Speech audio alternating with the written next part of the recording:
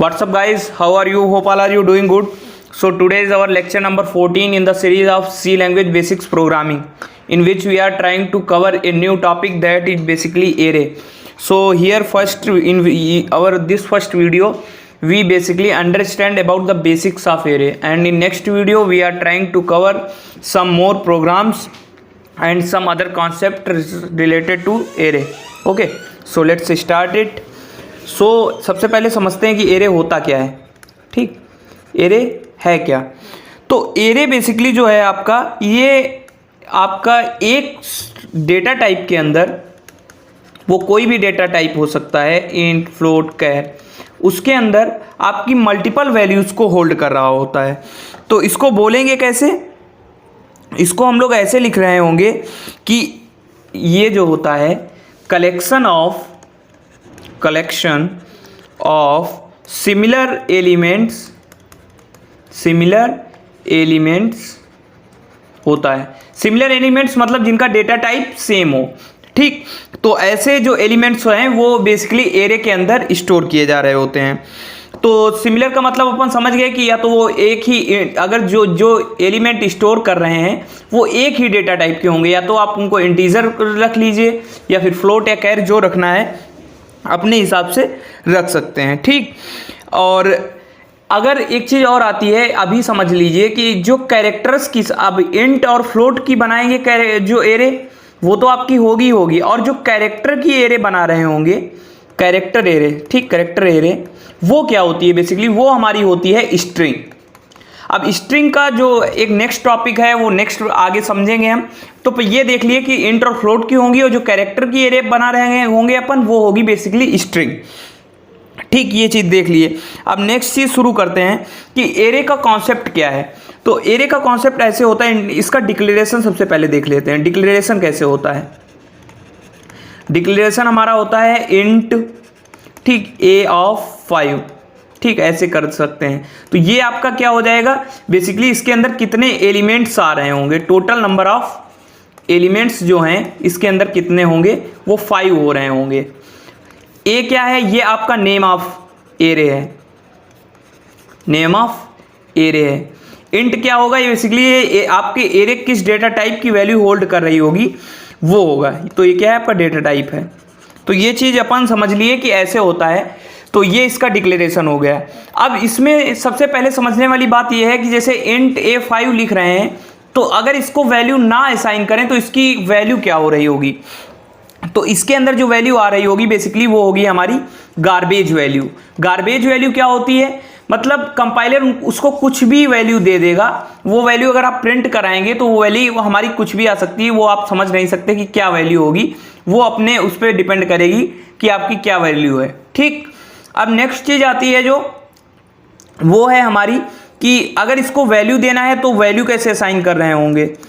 तो वैल्यू ऐसे असाइन करते हैं, जैसे इंट A5 लिखे तो इसको आप लिखेंगे 1 2 3 4 5, जो भी वैल्यू आप देना चाहते हैं इसके अंदर कर्ली ब्रेसेस के अंदर दे सकते हैं. ठीक, अगर मान लिया अब अगर आपने दे दी, जैसे 2 वैल्यूज दे दी, तो बाकी जो वैल्यूज हो रही होंगी वो क्या हो रही होंगी? वो आपकी 0 हो जाएंगी.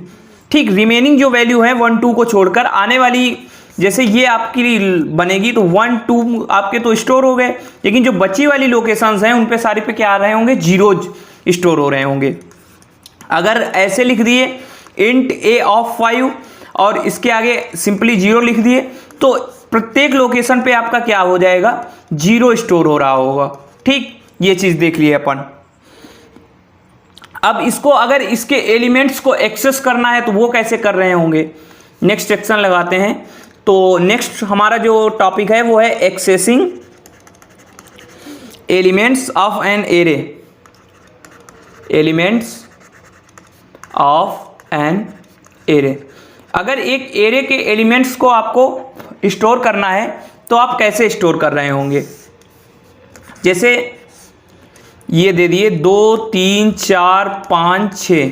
अगर आपको मान लिया 4 एक्सेस करना है तो 4 आप कैसे एक्सेस करेंगे? इसके जो एरे का नाम है मान लिया A है, तो देखो इसकी इंडेक्सिंग इस हिसाब से होती है। देखो इंडेक्सिंग 2 टाइप्स की होती है आपकी, या तो जीरो बेस्ड इंडेक्सिंग आप करेंगे, ठीक, या फिर आप क्या करेंगे, एन बेस्ड इंडेक्सिंग करेंगे। एन बेस्ड क्या होती है, बेसिकली अगर आप किसी नंबर से इंडेक्स देना शुरू कर दें, इंडेक्स की हमारी क्या होती है, ये जैसे ये अगर जीरो बेस्ड इंडेक्सिंग होगी तो कैसे हो रहा होगा, 0 1 2 3 4, ठीक। और अगर आप एन बेस्ड इंडेक्सिंग देंगे तो ये क्या हो जाएगा, तो जैसे ये एन से शुरू हुआ तो ये n+1, ये n+2, n+3, n+4 ऐसे जा रहा होगा, ठीक, ऐसे होता है। तो अगर हमें ये 4 एलिमेंट को एक्सेस करना है तो इसको अपन कैसे एक्सेस करेंगे। देखो हमारा क्या है, एरे का नाम है ए, ठीक, और कौन से नंबर, कौन से इंडेक्स के एलिमेंट को हमें एक्सेस करना है, 2 नंबर के। तो कैसे एक्सेस करेंगे, लिखेंगे सिंपली a ऑफ 2, और a ऑफ 2 लिखने के बाद उसको जैसे हमें एक्सेस करना है उस हिसाब से एक्सेस कर रहे होंगे, ठीक। तो a ऑफ 2 में क्या वैल्यू हमारी प्रिंट कर देगा, 4 वैल्यू जो है वो आ जा रही होगी। अब नेक्स्ट चीज इसमें, जैसे अगर मान लिया आपको 4 नंबर का एलिमेंट एक्सेस करना है तो वो कैसे एक्सेस करेंगे, तो उसको एक्सेस करेंगे a ऑफ 4 लिख देंगे, आपका वो एलिमेंट आप एक्सेस कर सकते हैं, ठीक। तो ये हो गया। अब नेक्स्ट चीज ये आती है कि अगर सर मान लिया हमें सारे एलिमेंट्स को एक्सेस करना है तो वो कैसे हम एक्सेस कर रहे होंगे। तो अगर हमें ईच एलिमेंट को एक्सेस करना है तो उसको एक्सेस करने का जो तरीका है वो अपन समझ लेते हैं। अब सबसे पहले आते हैं इस पे और लगाते हैं ये, ठीक।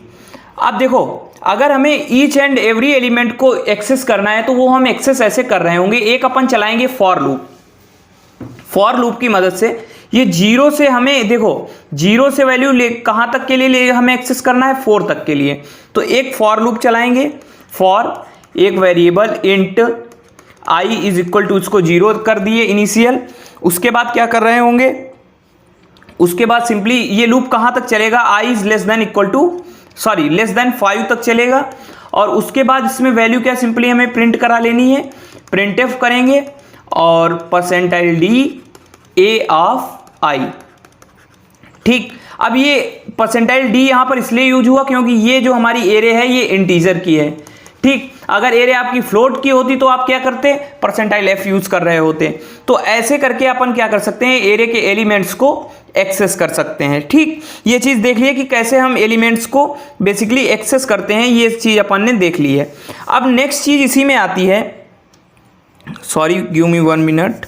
हाँ, अगर हमें मान लिया अगर मल्टीपल एलिमेंट्स को एक्सेस करना है, ये तो देख लिया ऐसे।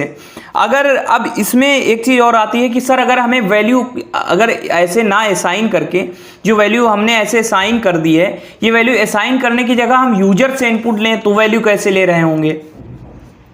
तो अगर हमें यूजर डिफाइंड एरे बनानी है, यहाँ पे लिखते हैं यूजर डिफाइंड एरे। तो यूजर डिफाइंड एरे अपन कैसे बनाएंगे, तो यूजर डिफाइंड एरे को बनाने का तरीका ये है कि सबसे पहले तो क्या करो, देखो मैंने बताया था कि एरे को आपका साइज आपको सबसे पहले देना होता है। तो करो कुछ नहीं, मान लिया एक एरे बना ली, साइज आप कुछ भी दे दो, मान लिया दे दिए हम 100 साइज, लेकिन आप देते नहीं क्योंकि आपको जितना यूज करना होता है उतना ही देते हैं, क्योंकि उससे मेमोरी को आप वेस्ट नहीं करते हैं ज़्यादातर, लेकिन आप बनाना चाहें तो बना सकते हैं। अब इसके अंदर एलिमेंट्स को कैसे डाल रहे होंगे, देखो अब मेरी मेमोरी के अंदर क्या हुआ, 100 छोटे छोटे पार्ट्स बन गए, ब्लॉक। अब इन्हीं के अंदर आपको वैल्यूज को स्टोर कराना है। तो जीरो बेस्ड इंडेक्सिंग में अगर 0 1 2 3 4 5 5 लोकेशन पे हमें वैल्यू डालनी है, ठीक। ये 5 हमारे जैसे लोकेशन है, इन पे वैल्यू डालनी है। तो कैसे डाल रहे होंगे, कुछ नहीं करना है, आपको सिंपली लिखना है for int i is equal to 0, i is less than, अब कितने तक आपको डालनी है वैल्यू, 5th इंडेक्स तक डालनी है। तो लिख देंगे i is less then 6, i plus plus, और उसके बाद स्कैनफ फंक्शन की मदद से सबसे पहले कहाँ पे वैल्यू डालनी है, a ऑफ 0 पे डालनी है। तो कैसे करेंगे, परसेंटाइल d लिखेंगे और उसके बाद लिख देंगे यहाँ पे a ऑफ i, ठीक। ऐसे करके आप एक एक वैल्यू को x डाल सकते हैं इसके अंदर। सबसे पहले i की वैल्यू 0 के लिए यहाँ पे स्टोर, मान लिया आपने 2 कर दिया, यहाँ पे 3 कर दिया, यहाँ पे 4 कर दिया, 5, यहाँ पे 10, यहाँ पे 12, ऐसे करके आप वैल्यूज़ को इसके अंदर इंसर्ट करा सकते हैं। अब ये चीज़ अपन देख लिए कि कैसे वैल्यू को एंटर करना होता है यूजर द्वारा। अब इसके अंदर कुछ एक चीज़ें हैं उनको टॉपिक्स को डिस्कस करते हैं और आज की क्लास को अपन ख़त्म करेंगे, क्योंकि क्लास ज़्यादा बड़ी नहीं बना रहे होंगे, क्योंकि ज़्यादा बड़ी क्लास लोगों को फिर दिक्कत हो जाती है। तो कुछ पॉइंट्स हैं उनको डिक्लेयर कर समझ लेते हैं। सबसे पहला पॉइंट हमने क्या समझा है कि an array is a collection of similar data elements. ठीक, सिमिलर डेटा एलिमेंट्स मैंने बताया कि एक ही डेटा टाइप के होंगे, या तो वो इंटीजर होंगे या फिर फ्लोट होंगे। और अगर कैरेक्टर की हो रही होगी तो वो क्या होगी, स्ट्रिंग होगी। ये चीज़ समझे अपन। नेक्स्ट चीज़ क्या समझे कि जो फर्स्ट एलिमेंट होगा उसको नंबर क्या दे रहे होंगे, वो होगा जैसे अगर मान लिया आपकी एरे ए ऑफ 5 है, ठीक, तो इसमें एलिमेंट्स कितने आ रहे होंगे हमने अभी देख लिया है, 5 एलिमेंट्स आ रहे होंगे। और उसका जो लास्ट इंडेक्स हो रहा होगा वो बेसिकली क्या होगा, वो साइज से एक कम होगा। जैसे ये बनाए थे एरे 5 साइज की है, ठीक, 1 2 3 4, तो 2 3 4 5 6, ठीक। अब इसकी जो इंडेक्स है 0 से अगर शुरू हो रही है तो इसकी इंडेक्स कहाँ तक जा रही है, 5 एलिमेंट्स हैं तो 5 - 1 यानी n-1 तक आपकी जो इंडेक्स है वो हो रही होती है। ठीक, ये चीज़ समझिए। नेक्स्ट पॉइंट आता है हमारा, तो एरे को एक नाम से और जानते हैं, सबस्क्रिप्टेड वेरिएबल। ठीक, ये भी याद रखिएगा। सबस्क्रिप्टेड वेरिएबल क्या होता है बेसिकली कि आपकी जो वैल्यूज़ हैं वो आपकी बेसिकली एक कंटिन्यूस मेमोरी में आपकी स्टोर हो रही होती हैं एरे के अंदर। ठीक, अन्य जो हमारे डेटा टाइप हैं उनके अंदर ऐसा नहीं हो रहा होता है। अब उनके अंदर कैसे करना होता है वो चीज़ें अपन बाद में समझ रहे होंगे आने वाले वीडियोज़ के अंदर। तो इसका एक नाम और है सबस्क्रिप्टेड वेरिएबल, ये भी याद रखिएगा। नेक्स्ट चीज़ आती है इसकी, देखो मैंने बताया था एरे को यूज़ करने के पहले उसका साइज डिक्लेरेशन बहुत ज़रूरी है। ठीक, तो इसको ऐसे लिख सकते हैं, dimension must be declare before using array.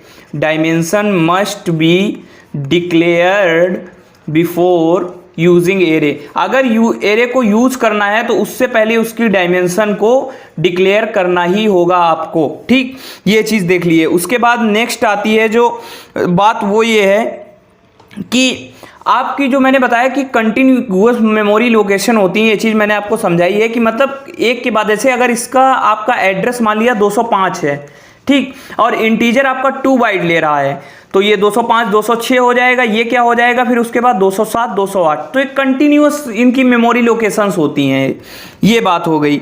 अब आने वाले वीडियोस में हम लोग क्या देख रहे होंगे कि एरे को इनिशियलाइज कैसे करते हैं, एरे को यूज कैसे करना है, उसके प्रोग्राम्स कैसे कहाँ यूज हो रहे होंगे, ये सारी चीज़ें अपन आने वाले वीडियोस के अंदर धीरे धीरे करके समझ लेंगे। तो गाइज के आज के वीडियो में इतना ही, मिलेंगे नेक्स्ट वीडियो में और सीखेंगे कुछ और अमेजिंग टॉपिक्स। तब तक के लिए